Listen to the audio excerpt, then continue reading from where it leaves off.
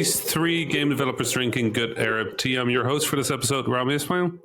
And I'm Fawzi Asmar. No, we're just all going at the same time. Yeah, This is super exciting. So I'm ignoring the order. No. I get so confused when there are multiple notes. I don't know where to look. There's just too much happening. Too much happening. I mean, like this is how you know we're getting good at this. It's like we mess up sometimes. Yeah. It used to be like every episode, remember? I mean, at this point, the Habibis are like in force and different. Like I was doing a talk this morning, and then at the end of the talk at the American University in Cairo, I was doing a talk there. Wrap up the talk. They go, "We have your fellow Habibi next." Like, which one? They're like, Fawzi. You did a talk as well. That's so funny. This is like, the second talk this month in which I show up and go like, yeah, we got the other Habibi on the show today. We got the Rami coming up. That's amazing. That's amazing. It's a thing. We also got a shout out on a panel for Arab representation from a earlier guest, Nuha. Gave us a very, very kind shout out during a panel at Games for Change where I was at as well. It almost made me cry. It was very, very nice to hear that that this is meaningful to people.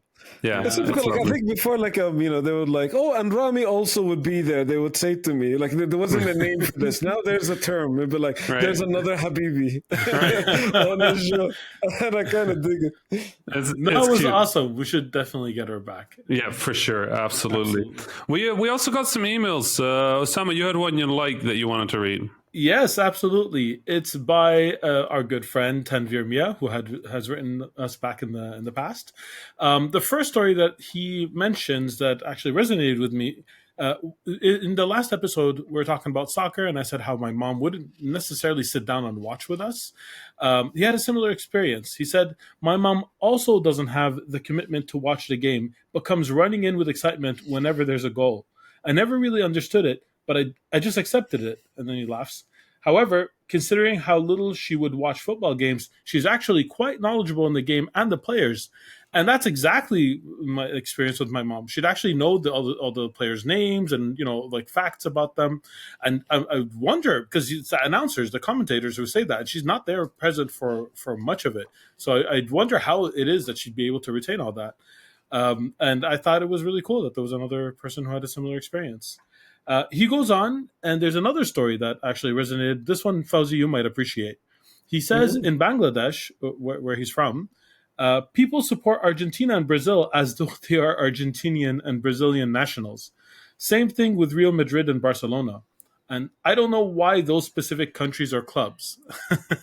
So I guess this is a phenomenon. People just pick their favorite teams. The Egyptians were Dutch for a long time. They were cheering for the Dutch. They liked the Dutch soccer. So, this just seems to happen all across.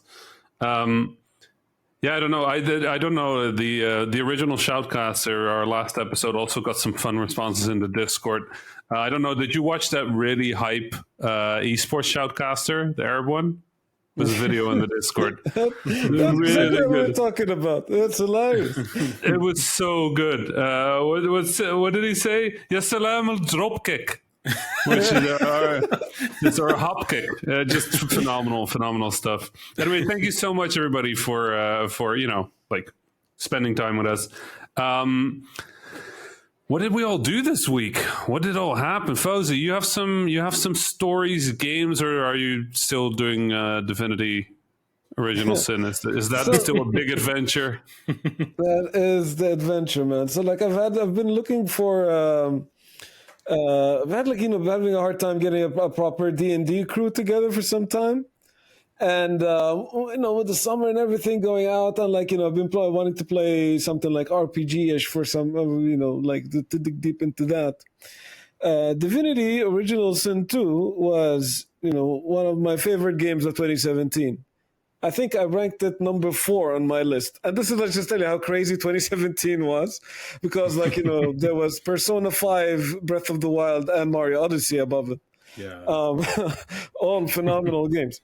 But Original Sin 2 was just amazing. I played the whole thing back in 2017. In fact, I think I restarted that game multiple times just because this game just doesn't mess around, man. Like, the Divinity is so hardcore that like you need to like it demands your attention. You need to focus on like what's going on, what characters are saying, what you're supposed to do, follow quest trails. You could screw up. You could screw up yourself out of the game. You could like at some point meet somebody, fight them, kill them. That's it. You can't progress in the game anymore. The systems of the game allow it. You could like end up using all of your potions, and now you have to fight that you can never win, and you haven't saved before. Yeah. Sucks to be you. You gotta reload, and you gotta do it all over again.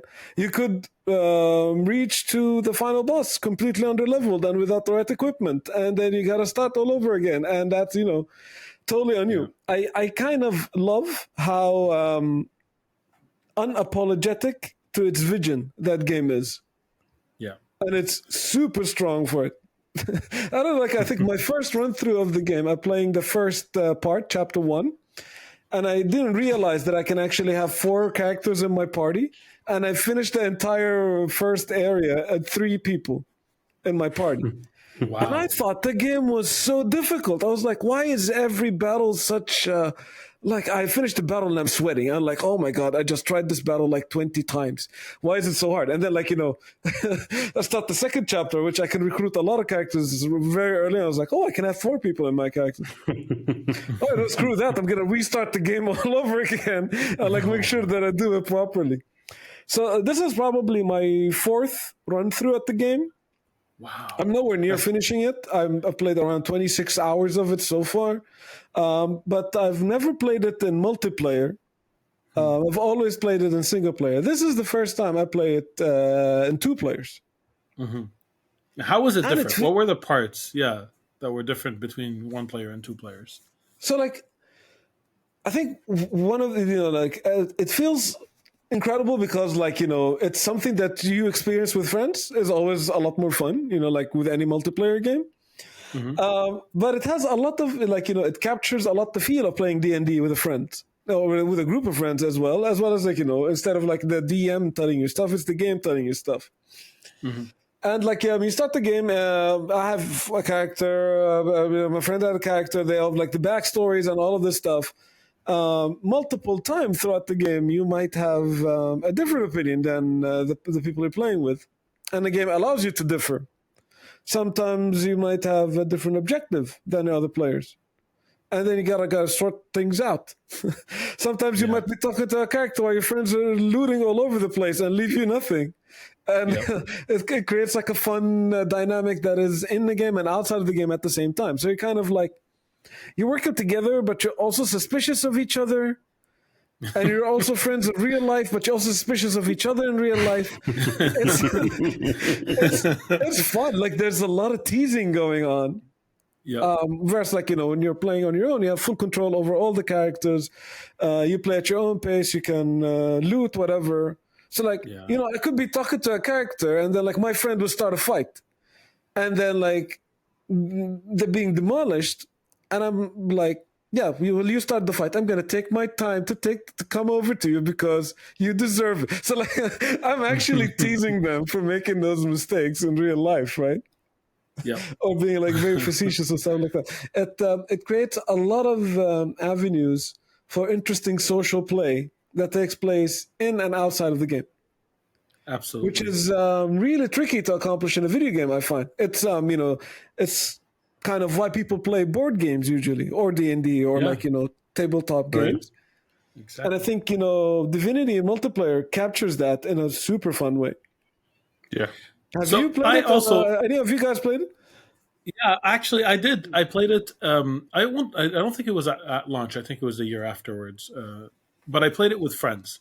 We were 4 people, and it was the only time I played it. So none of us had played it single player beforehand. We were like, perfect. This is a game. We're going to be able to play it. Instead of, it was actually one of my old D&D groups, and we stopped playing D&D years ago. We're like, this is going to be what replaces it.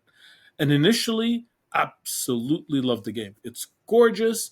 The combat system was deep. The writing was incredible. The world was imaginative. There was a lot to love about the game. And even the systems felt like they worked well in multiplayer. like we could split up. We could be, except for when the act goes from one different location to the next. Within those locations, you can split up and go wherever you want. The issue that happened is that as the game progressed, you fight more and more enemies, and you have more and more options, and the individual people's turns take longer and longer. So we actually never finished the game, to our regret. We played it for, I had checked before, 40-something hours. We played it for a long time. That's like maybe 20 sessions of a couple of hours each. Right. By the end, 2 hours got us maybe two fights. Right. Like that was it. Yeah. Yeah, because like it got so long, and you had to wait sometimes what felt like, I don't know how long it actually was, but what felt like 20-30 minutes for it to come back around to Right. your turn. The turns get super complex at some point. Yes, and because of that, we ruined the game for ourselves. Right. I can Because we're imagine like, that. yeah, we were like, okay, you know what? Only you two go engage in that fight. We're gonna go do the story parts, and we're gonna take turns doing fight. But then what that meant is that we completely disengaged with the story because Right. we Yeah. were filling Makes sense. each other in on what we missed. That's all I'm gonna say for it. It's like I think I would have loved it if we played it just two people and we each took two characters instead of four. I think that would have made it much better. How many are you playing, Felty? So 2 characters each. So 2 players. Every person's playing 2 yeah. characters. Oh, So I think like we're playing the optimum scenario that Osama is talking about. But you know, Right, like what Osama is saying is also that unrelenting vision thing that I was talking about. And it's like this is another situation which you can the systems of the game allow you to kind of screw yourself out of the experience. I've also had one of the runs, for example, in which like there was what I need to do in order to finish the game, but then I to finish the first chapter or second chapter, whatever. But instead, like this run, for example, I'm doing everything. Like I'm leaving no stone unturned. And when you do that, and if you do that enough times in the early part of the game, you become so powerful that eventually it becomes you just steamroll combat. Yeah. You just win battles so easily. You almost break the leveling curve, and it's interesting, because like I've watched a bunch of talks from the people that made this game in GDC and stuff like that, and they mention how difficult it was to test it, just because of the how open ended the nature of the game is, and like the critical path of the game was like 40 hours. Yeah. And no matter how many times they look at the critical paths and they test it, there's still the combinations are almost endless. And the amount of things that you can do of the pre-made stuff, let alone the stuff that you can also custom build yourself. right. So, I doubt that anyone in the team has ever experienced everything that the game has to offer, really. It's impossible. There's just too much content. There's so much. Yeah. And I gotta respect that, like it gives you all these tools and this magnitude of things to do that, almost simulates what D&D is, which is like anything you imagine you can do, It simulates that to some extent, but it comes at the caveat in which like you can really screw yourself over out of a fun gameplay experience. Really what I feel it is it's just a really good DM, right? Yeah. Like the game acts kind of as a DM, and I was playing a board game called Time Stories the other day, which is very similar. It's D&D with the game being the DM. They did an incredible job with that game. Mm-hmm. Yeah, I'm very, very impressed. I want to play it again solo and experience it for the first time. There's early access on that new game. What's it called? Dark Alliance? Is that the one? No, not Dark Alliance. The other D&D one. Yeah, it's another D&D one. Baldur's Gate 3, I think. Right. Yeah, that's right. I mean, I played Dark Alliance. It's not the same. No. Yeah. No, that's Baldur's Gate 3, and I think it's on early access now. Right. The trailer for Baldur's Gate 3, where the guy loses all his teeth, scared me off enough that I'm not going to play that game. Like at all? I'm done. I'm out. That's like that's some nightmare stuff. I'm done. We'll just tell you about I doubt that you'll get that same level of fidelity in the game, but yeah. Halas, if that's what the game is about, I don't want a game about losing my teeth. I'm done. Next game, please. Something with But like Horrifying with things flowers. in Diablo. Does that also sort of turn you off, Rami? The funny thing is, I've played Diablo infinitely, and I've never been able to watch the cutscenes because Wow. the disc was corrupted or had issues, Oh, or was just like a Oh. straight up illegal copy. I can't remember which it was, but this is like I was a kid. I've never seen a single Diablo cutscene in my life. So Okay. as far as I know, it's an isometric game that never has anything distressing in it, and I'm just gonna continue believing that. That works. So you just don't zoom in when you're at the butcher, right? You just don't, don't look too closely. butchers, they're kind of important, but losing your teeth, that's nightmare material. Like I'm scared of needles, and after watching that trailer, I'm scared of Baldur's Gate 3. That's the only two things I'm scared of, nothing else. That works. So yeah, I've been playing a game too. I hinted at it last week. I finished Mass Effect 3 and I was about to start Mass Effect Andromeda. And now I have started Mass Effect Andromeda. And I have some thoughts, but I've only played it for so far for 3 or 4 hours. So they're not deep thoughts. They're just, superficial thoughts. I don't know what I was expecting, but the game is different than what I was expecting. And I really felt like, I'm just going to continue a Mass Effect game with a different character now. I'm okay with that. I came to terms with it because I'm like, I know it's not Shepard again. It's not going to be my Shepard. Not going to be any Shepard. But the game feels very different. Like very different. You have a jetpack. You jump around. Like it went from Gears of War cover shooter style to more tribes aerial combat. Yeah. And I didn't see that coming. So the first time it happened, and I just turned off Mass Effect a couple hours before and picked up Andromeda, like Mass Effect 3, and picked up Andromeda later. So I was still pressing A to run, and every time I tried to run, I'd jump, and it freaked me out, and it took a while just to get over that. The controls are different, and there was slight changes between the Mass Effect 2 and 3, but this one the jump was huge. The narrative was intentionally different. They just set it in a different place, different time on purpose, so that there's not too much consequence from the earlier games, which I prepared myself for because I knew that as a game designer, I knew they were going to do that. There was no way they were going to be able to consolidate what you did in the past, especially since I didn't load my game. But it made me really sad because even though, I was meeting new people, there was not a single person who came back. My excitement of returning to the world of Mass Effect was to see people who I had, that I spent a lot of time with and had formed relationships with. And so far, 3-4 hours in, and I assume this is going to be true to the end, I don't have any hope that I'm going to see anybody from the old games. That's a little bit sad as well. And I don't know what's up with the facial animation, but my guy looks really creepy when he smiles. So I intentionally don't pick any dialogue options that I think is going to make him smile. I thought they fixed all of these bugs since launch. Samasphere isn't losing his teeth; it's smiling.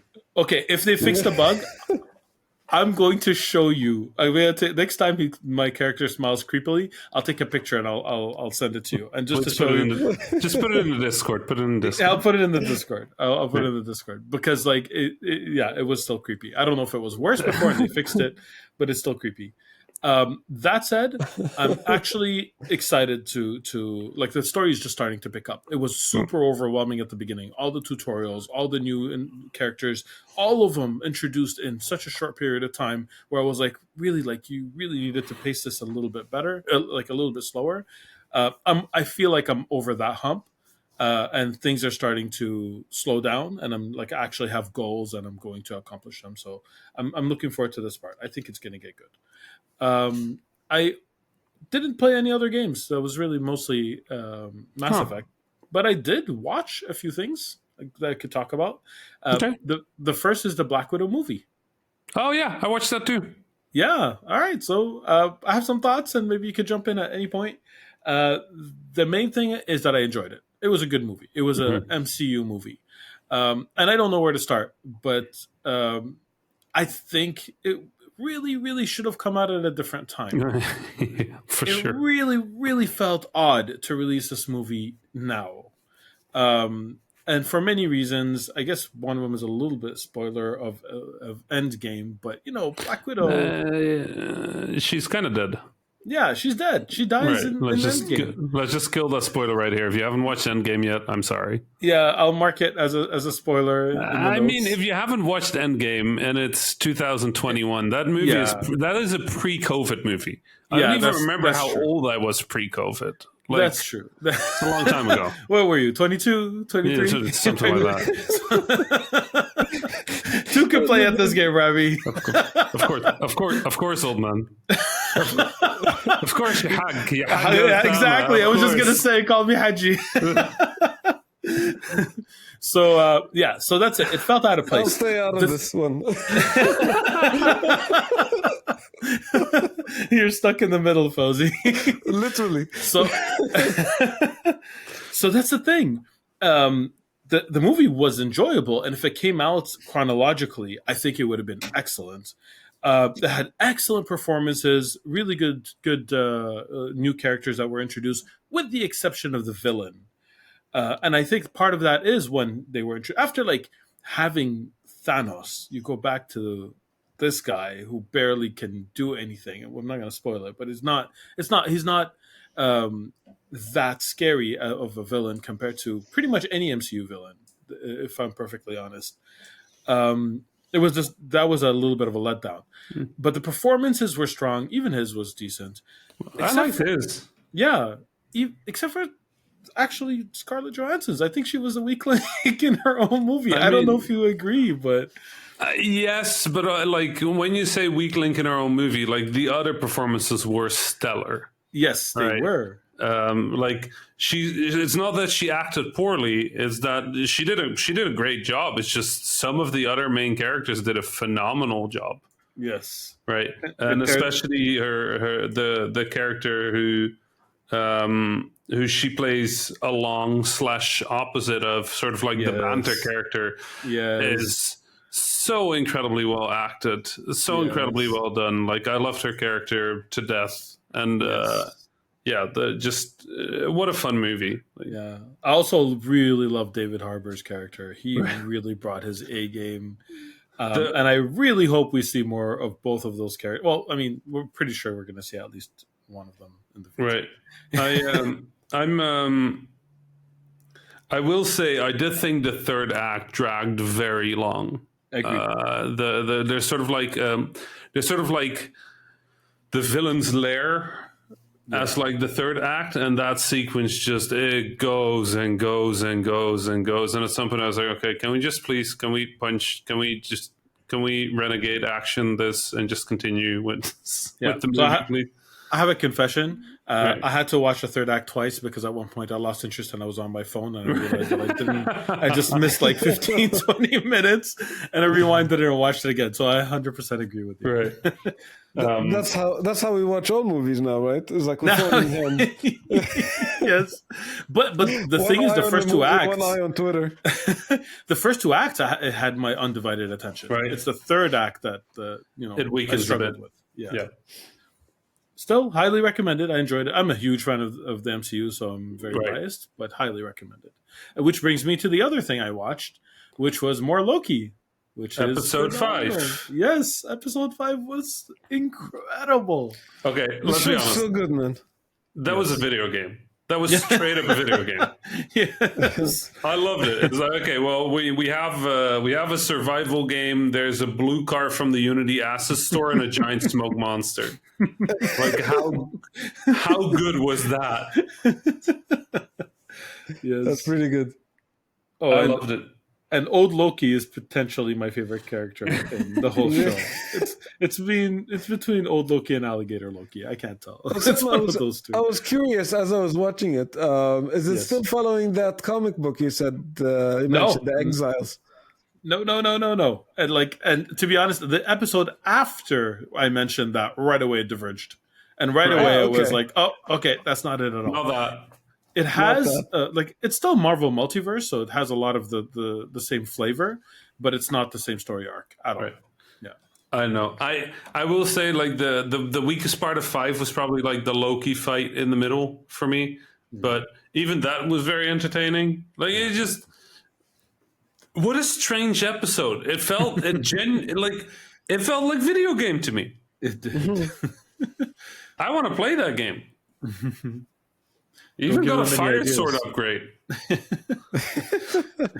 Like, how cool is that? Just like, have this sword. It's on fire. It's like, oh, okay, fair enough. We'll do that.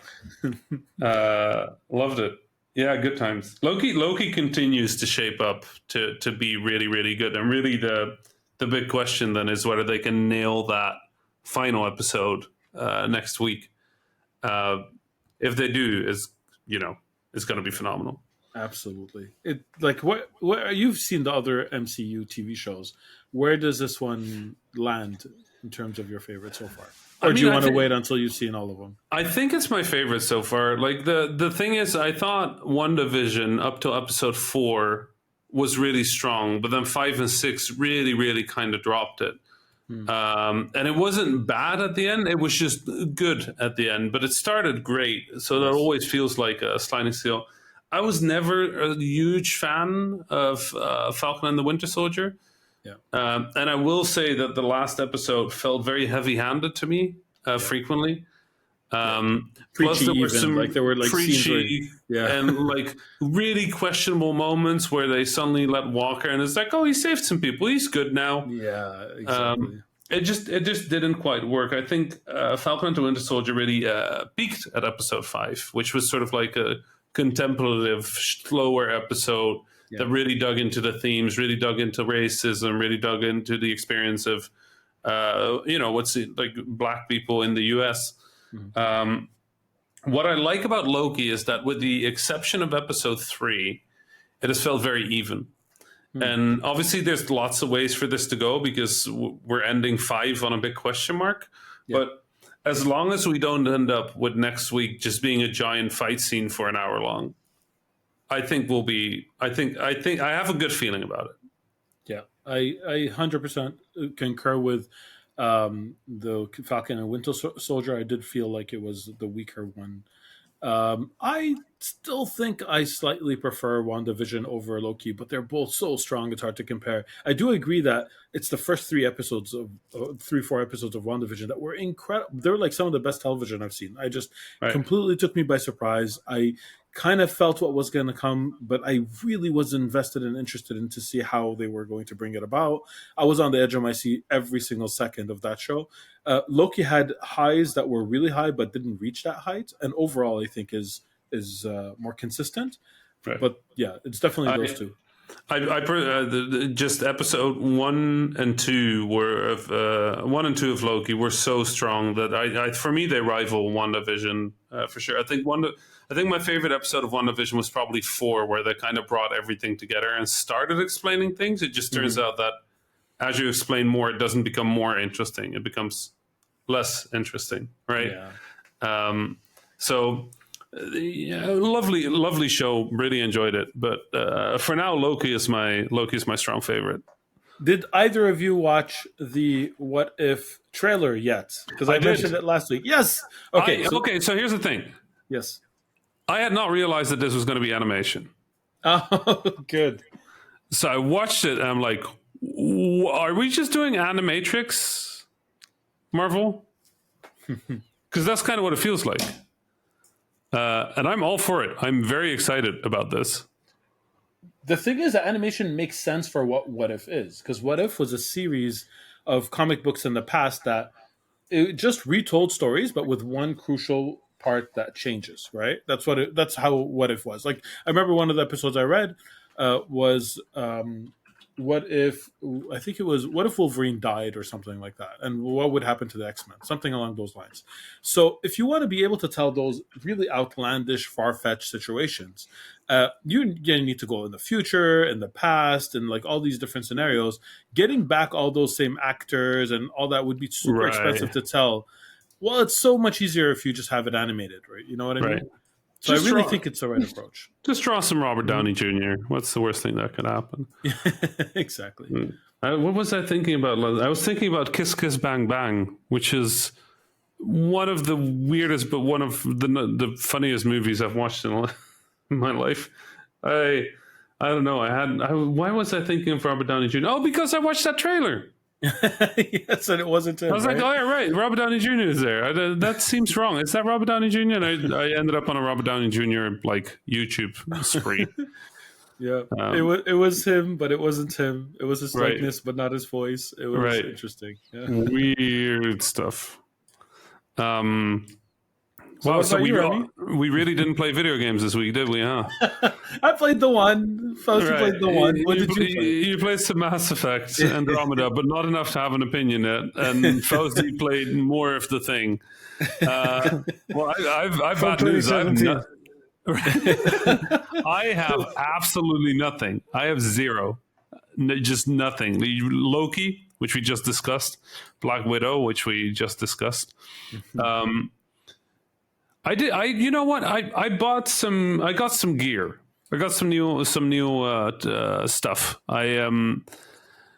First of all, I got vaccinated this week for COVID. First one, which is 5G. nice. Right. So I finally have 5G, which is nice. Start with new gear. Get the 5G antennas first. It really helped. It really helped. My phone connection is much better now. My arm was a little sore, but it was funny because that same day I actually got a new bed delivered. So I had to pull apart my old bed and do that with a sore arm, and it was don't do that. Be smarter than me. The new bed is great though. It has air conditioning. Like the Wait. air conditioning. What? Wait. Wait, Yeah, the bed itself? The bed can cool down or warm up, like the mattress you sleep on. Okay, that's incredible. It's really nice. I can recommend it. I've never even heard of such a thing. I've seen I've never heard of such a thing. What? That's incredible. I'm Googling it. Right. Can recommend, especially now with warm days. It's nice because it cools from under you. So even if you're under the blanket, it will still be pleasant. How does it even work? Is it like the same tech as a fridge? Does it have Freon? No, it uses water and then just blows the warm air out of a little box at the bottom of your bed. Okay, that makes sense. Does it warm you up in winter? Yeah, it can heat as well. What the? Wow. I'm very excited about this. Okay, I need to get one of these. Does the mattress feel like a normal mattress, or is it a water bed as well? No, it genuinely feels like a good, sturdy mattress. Like it's one of those like complete bed solutions that is now more and more popular on the internet. I don't know where that came from, but now I bought one. My Instagram is suddenly all bed ads. Really frustrating. Like if I buy the thing, listen, corporations, if you're spying on us, at least stop advertising the thing after I buy it. Like if you're checking all of my stuff and violating all of my privacy, at least do me this favor. Okay, Yes. This is annoying. Like, I've been building a Lego. I bought the Lego world map. Have you seen that one? Yeah. It's gorgeous. I've seen it on your Twitter. Exactly. Yeah, exactly. It is 11,623 identical pieces. Oh my god, that's God, painful. man. It's ridiculous. I've been working on it for like 5 days now, and I've just completed North America. You have the patience of a saint. It's honestly, man. it's kind of nice. You kind of just like zone out and just kind of do it. Yeah. Listen to the Habibis. Right. Literally, like I've been listening to podcasts, I've been streaming, I've been just, having fun building.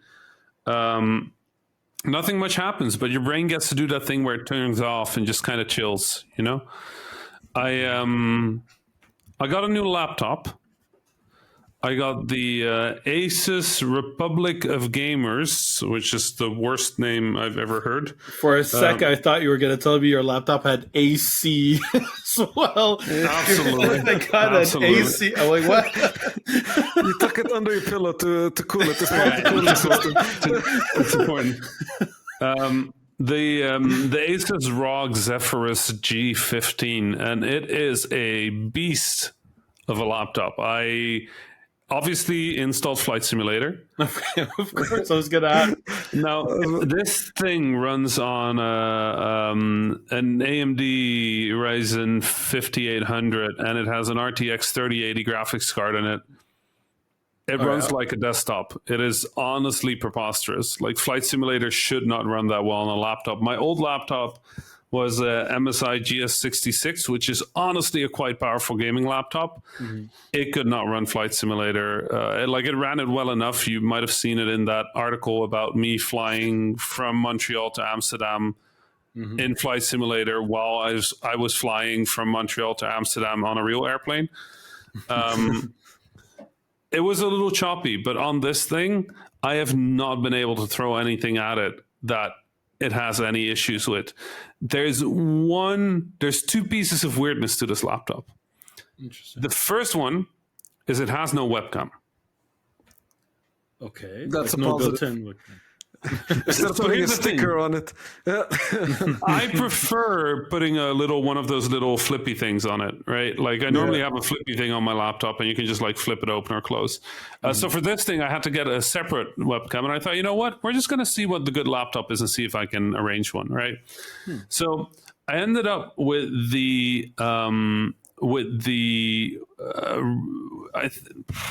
let me check if I pronounce this properly. Because it's a weird name. It is the Razer Kio Pro, and I googled it, and it looked nice. It's round, and it's a little rounder than you would think, but it kind of looks like a small camera lens, right? Mm-hmm. I buy this webcam. I get this webcam. It gets delivered. I have the laptop. I open this webcam. It literally is just a giant camera lens. This thing is huge. It makes no sense. This thing is larger than this. If you could screw this onto a traditional camera, I would not be surprised. Like this webcam is too big, so I made mistakes. Speaking of size, how big is the actual laptop? The laptop is a 15-inch. It's thin. It's honestly, it's a lovely piece of gear. The second weirdness, obviously, gaming laptops get warm. This one has found the weirdest way to deal with it, which is it blows the hot air out towards the screen. And for some reason, it blows the hot air upwards towards the screen.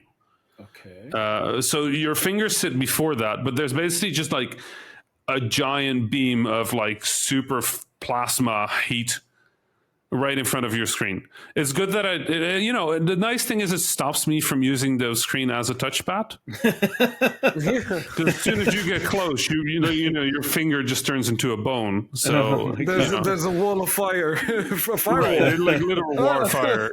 Oh, nice, yeah. But why?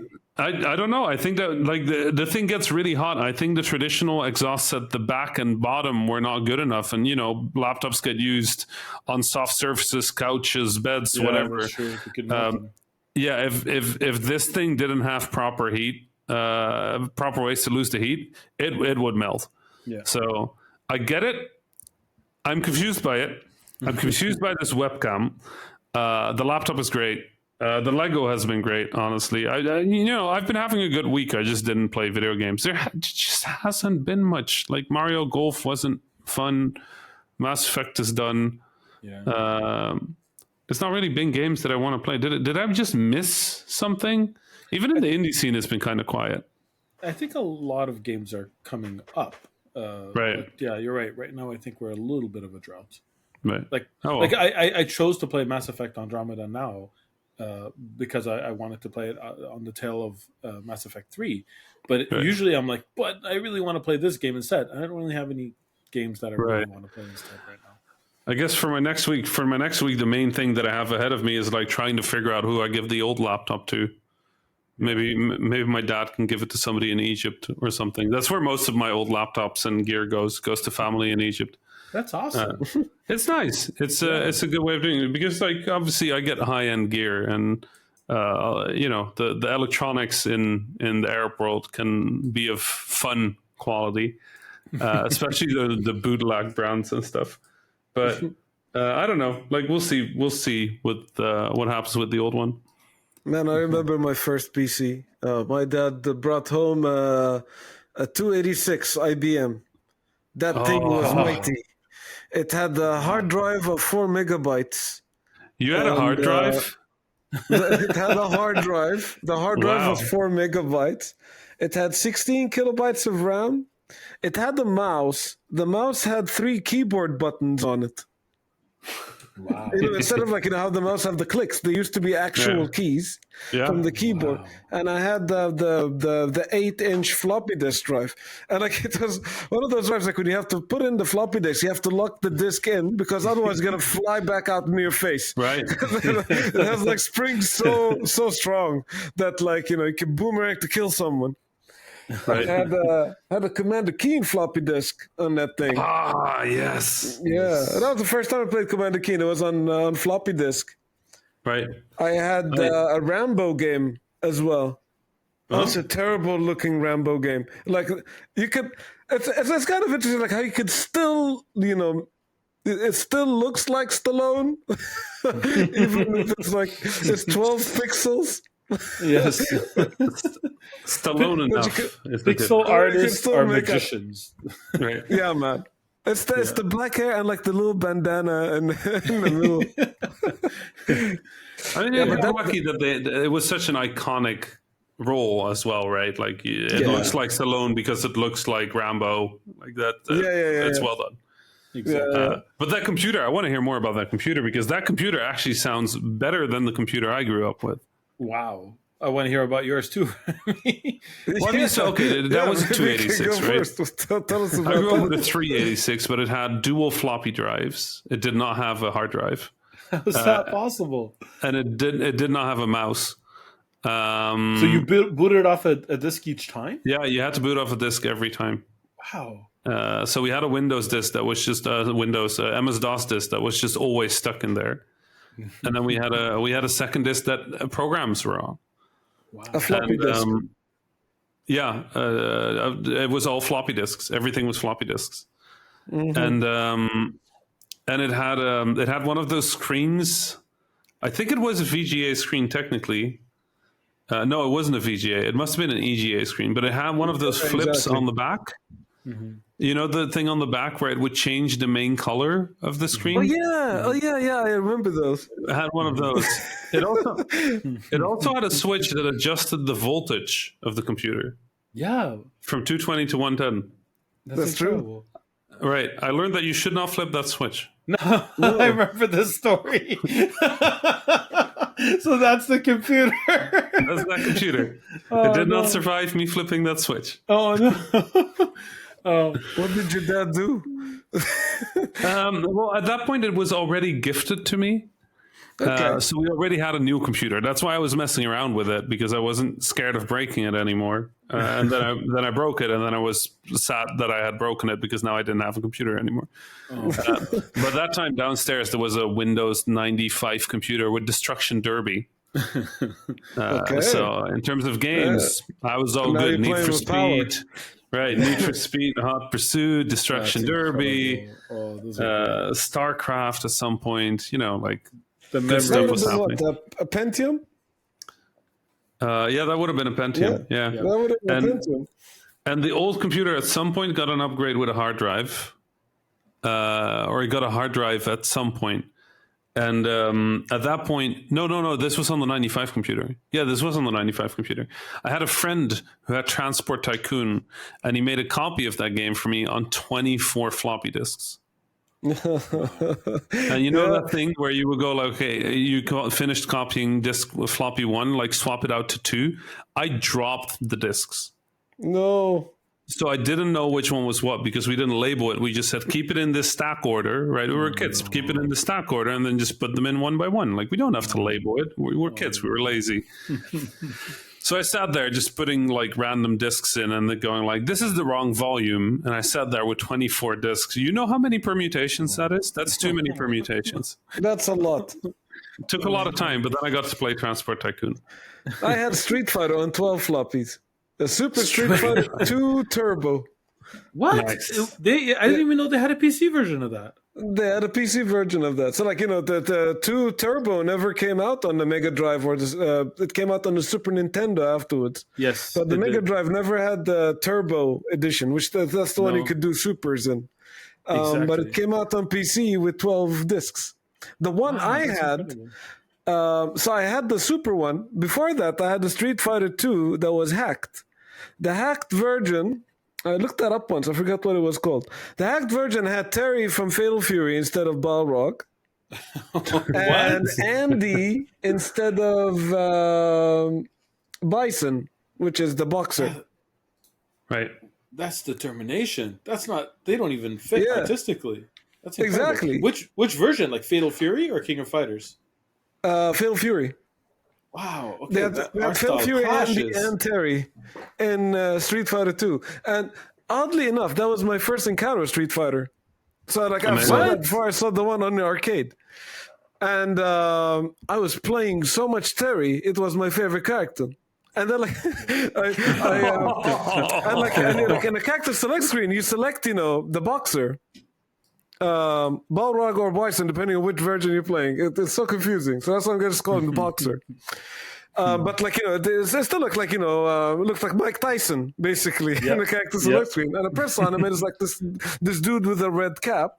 And then I play Street Fighter in the arcade, and I go like, super confident, like I'm gonna go pick my main, and then like pick Terry, and then this like this Tyson guy shows up, and I'm like, Like, what's going on? what? He doesn't even have a fireball. That's incredible. Oh, no. Well, This just reminds me. Sorry, someone you had a story. This reminds me of Mugen. Remember Mugen? yes, I Oh, spent yeah. way too much time on Mugen. I still have an old CD that I burned with some of the Mugen creations that I put together because I have this OCD-ness about me that I can't have the art styles clash too much. I have like this threshold. Oh, So like so basically what I did for fun is I combined characters from multiple Mugens, but I art directed them to make sure they fit more. this is somehow the most Osama story I've ever heard in my life. I still have this it. game where the entire point is that nothing has anything to do with each other, and let me art direct it into something coherent. Oh, That's it hilarious. wasn't just art direction because the Mugen characters come from different games, Right. So their input schemes are different. So I'd actually go into the files, Panel. but it made some characters not playable because Right. it doesn't work that way. But my first computer, actually, I got my computer later than both of you because I am older as well. That's like when we were describing our computer, and you just kept going like, "Wow, I'm like Osama." Osama, you're older than us. These should not be wow. These should be like, but I had it, you kids. I had it, but nope. Okay, No, here we go. that's Here not the comes case. So story. it's gonna go Here comes like the story. my first one was a Texas Instrument. It was a calculator. It was an abacus. My first computer was actually 6 buildings high. I wish that was the case. We actually got a computer really late. I begged and begged my father for a computer for years, over a decade. I don't know how long. But my first computer, I got it when I was 14. And it was wow. Is that not still before I was born? I don't know. I think you were 3. My first computer was an IBM Ambra, a 486. It was just when the Pentiums were coming out. And I just convinced my dad to get the Ambra. And he was like, okay, but listen, I'm going to buy you this computer. But then that's it. If you break anything, you're on your own. You're going to have to whatever, mow the lawn, do odd jobs, make the money and repair anything. Because back then it was a lot of money. We weren't made of money and that was a lot of money. Right. So as soon as he said, okay, I'm going to get the Ambra, what was the Pentium version of it? The Aptiva, I think, something like that came out, and it was like had better specs. And he was like, "No, you're getting the cheap one. That's it. We agreed on it." So it was cheap relative to the new one that just came out, but it was still pretty good. I was able to run everything. I remember I had a lot of bootleg copies of games, of course. I had Duke Nukem, I think, on 27 floppy disks, and it was bootleg. I had to get the special software to be able to pack more megabytes on each disk, because like those floppies, they weren't the big floppies that you're talking about. They were the smaller ones. They only fit 1.4 megs. And Osama, you want to know something fun? If in the larger floppies, they actually contain less data. Yeah, I knew that. I'm of course, it contained less data. It came first. I wasn't implying otherwise. I think it was 520K or something like that. The big one. Right. That's right. Yes. Yeah. I mean, I was just telling you about the good old times, just in case. No, I used computers throughout my childhood because we had them at school, and I was always in the computer lab. So I was very, very familiar with computers. That's why I wanted one so bad. Here goes my one time to out-age you. No. One opportunity I had. I started with 8086s like in school, so I've seen all the generations, but the first one we had at home was a 486. It was worth a try. Yeah, the thing is, unfortunately, I wasn't really good at figuring out how to fix computers. My monitor had a loose cable in the back, and every time, but I didn't know this till later. So every time it would get undone, I'd smack it really hard on the side. And sometimes it would work, and sometimes I'd have to smack it harder. Eventually, I like that this is your reasoning. It's like if just smacking the screen doesn't work, let's just smack it harder until it does work. Of course. The thing is, eventually I figured it out. I did. But I didn't tell my brothers and sisters that I figured it out, that it was just a cable that was loose in the back. So I came home one day, and my brother was crying. He's like, I broke the monitor. He smacked it so hard that half of it just wouldn't turn on. Wow. Imagine a monitor and half of it was black and shimmering. I don't know how to describe it, lines on the screen. And I had to play with that monitor because I didn't have the money to replace it. My father was adamant. I had to play Duke Nukem with my friends with that monitor, only seeing half the screen for a good 6 months before I saved up enough money. I mean, to be fair, as kids, you have a lot of determination when it comes to video games. Yes. I'm thinking about old days Game Boy times and the effort you needed to do to actually run a game in the evening or outside in the sunset. And you would go sit in the one corner of the netty where there was enough shade that you could see the screen, but not too dark so that you can't see the screen. And then by the time you found that place, the battery ran out. Yeah. And you're like, oh, okay. And you angle it too. You angle it, and I had the exact same experience. I think that was probably one of my favorite thing of growing up around electronics was just the amount of hackiness. Yeah. That was normal. Nowadays, everything is so smooth, and I don't want to sound like somebody complaining about the hardware is too accessible, and there was something charming about how hacky everything was and how everybody had to kind of learn to understand technology as an arcane force. Yeah. I was a master at DOS. You couldn't get by without knowing everything around it. Otherwise, the games just wouldn't run. Right. I was the kid at class. I was the kid at class that all the other kids would ask to come and turn on the games for them in computer class because I knew DOS. I knew I was second. There was one kid in my class, this Persian kid called Farid, who taught me and knew more than me. I was who they went to when he wasn't around. Nice. I don't know. My dad got tired of me, sitting on his 286 all the time because he initially got us to do work, Right. And then I would open up his work files, and then I would write a short story in his word editor, or he would use put all the he worked in pharmaceuticals, so he used the software called Lotus 123, which is basically a spreadsheet software. And then I would make a pixel art with the cells, and he would turn it, and it's so serious business until he gets to the part when I'm there, ruining everything for him. So I ended up buying me an MSX. So here's your own computer, you play on that. Leave my 286 alone. The MSX was actually where I wrote my first line of code because MSX had BASIC. Already pre-installed on it. It was MSX was a joint project between Microsoft and Mitsubishi, but it never got popular in North America. It was huge in Japan and in the Middle East. Middle East was known as Sakhr. And it had a huge library of games, mostly coming from Konami. Right. And had BASIC on it. And I wrote my first ever software, I think, on that thing. And my software basically drew a circle and then wrote Fauzi in the middle of it. Wow. That was more impressive than mine. Mine was just a square. Even that's more impressive than mine. I feel like I'm a little intimidated now that I started behind. No, on the 386 there was also QBasic. Yeah. And the first modded line of code was me changing the word gorillas in Microsoft Gorillas to Rami. So then it said Rami, and I was like, okay, I guess I'll do this as my life now. The first program I wrote myself was, the menu, because I didn't understand English. I didn't know what any of the words on the screen meant. So I wrote a text adventure where you could go east or west. And if you went east, you fell into a pit and died. And if you went west, you won, because I hadn't figured out you could nest them. Oh. So it was it was like 7 lines of code. I was very proud of it. I remember showing my mom and dad and them being very unimpressed by it. But it's impressive to us because it does the thing you intended it to do. That's all it takes. I think that's half why they were worried about me going into video games. They're just like, oh no. Yeah.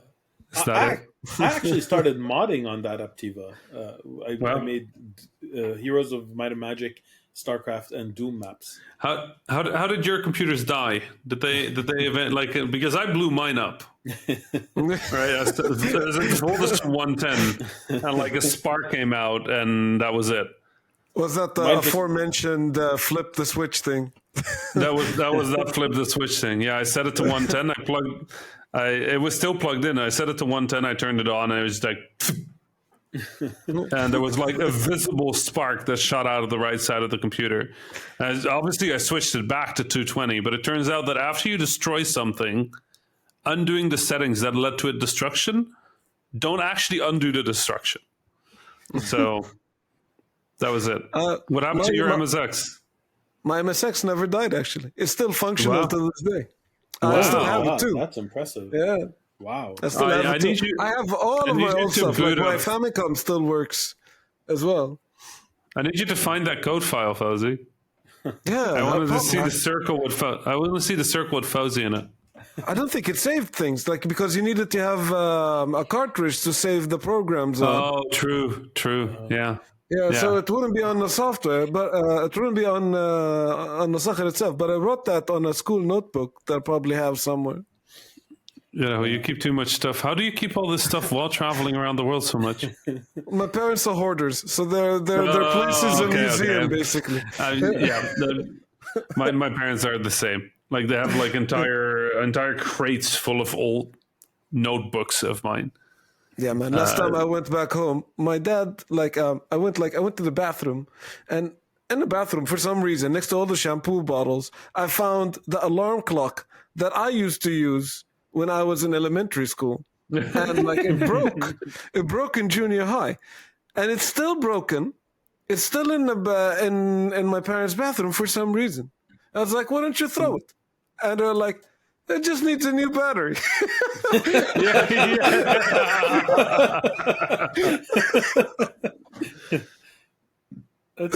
I appreciate that attitude. Yes. I kept that attitude with USB cables. Too many USB cables. Oh my God, hundreds. I recently did a cleaning of mine. I now mostly have USB-C devices, so most of my cables are now USB-C. Mm-hmm. It's very weird. I recently needed a micro USB. Couldn't find one. Wow. I'm very disappointed in myself. I'm yet to find a toothbrush that takes USB-C, Rami. That's one of the reasons I haven't made the full translation. Oh, what? I found one. Yep. Yeah. Let me link that to you somewhere. You gotta link me. That's it. Yeah, it's time to throw that last non-USB-C cable into the box with hundreds of other. Yep. Yeah, it was the same thing for me. It was the travel toothbrush that wasn't USB-C yet. Yeah. And now it is. So there you go. Oh man! How did we end up on toothbrush? Gadgets, electronics. I mean, fair. Yeah, I don't know. I mean, whenever I think of Egypt, there was so many like silly, hacky electronics. Like the police station remains one of my favorite, and the old TV, it's funny because electronics are both global, but at the same time, there's definitely aesthetics. Yeah. Right, to what works in places and what is available in places. It was good times. Old computers was good times. Absolutely. Also bad times. It's a little bit of both. Right. I think we sort of like detoured a bit too much this week to do anything else. So I think we're going to wrap it up for today because we're an hour in. And, it's time to let all these wonderful listeners get back to their day and listen to our wonderful outro again. Yeah, give you some time for you to go and test if your new laptop can run Doom. Or not. Right. I'm not sure.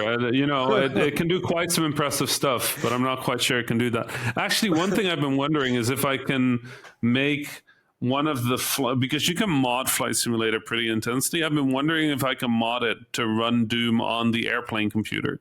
Do it. Yeah. But I also just don't want to do more programming in my spare time at the moment because I am filled up on projects. So I am building the Lego. This is my hobby now. I do nothing else with my life. I do work. I build the Lego. My arm hurts. I go lay in my air-conditioned bed. I fall asleep. I wake up and I repeat that day. It's a good life. I feel like it's a good life. I feel like if you put that Doom to work on Flight Simulator, you have another article coming, and at that point there'll be more articles written about you on Flight Simulator than about you and anything else. Right. I have the Twitch flies Flight Simulator. I have Rami flies Flight Simulator. There's quite some articles now. Have they added did I mention that I got a VR chair? What's a VR? It's not delivered yet. This is a thing I've gotten it, but it hasn't been delivered yet.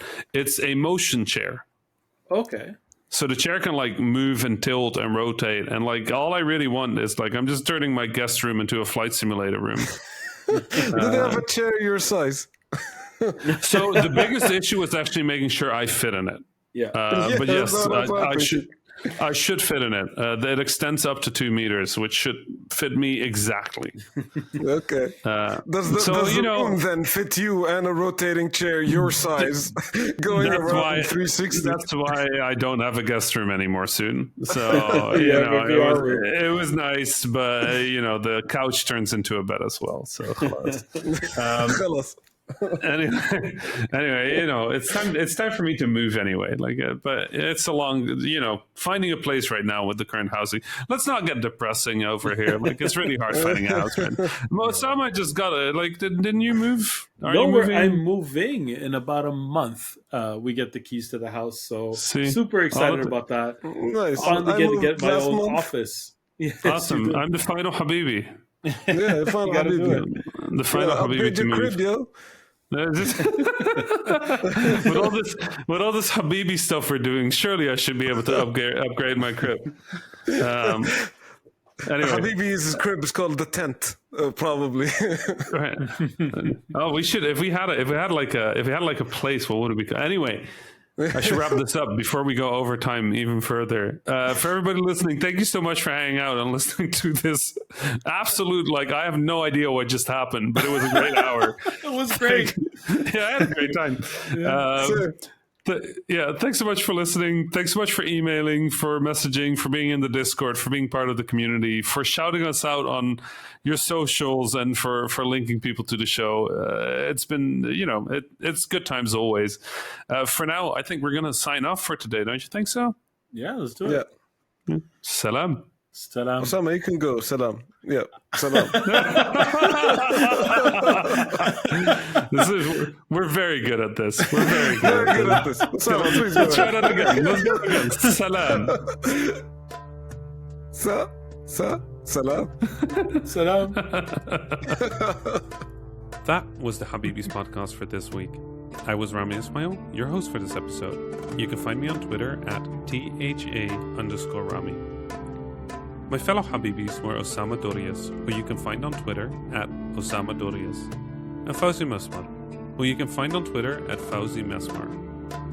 Send us your questions, stories, and suggestions via info@thehabibis.com.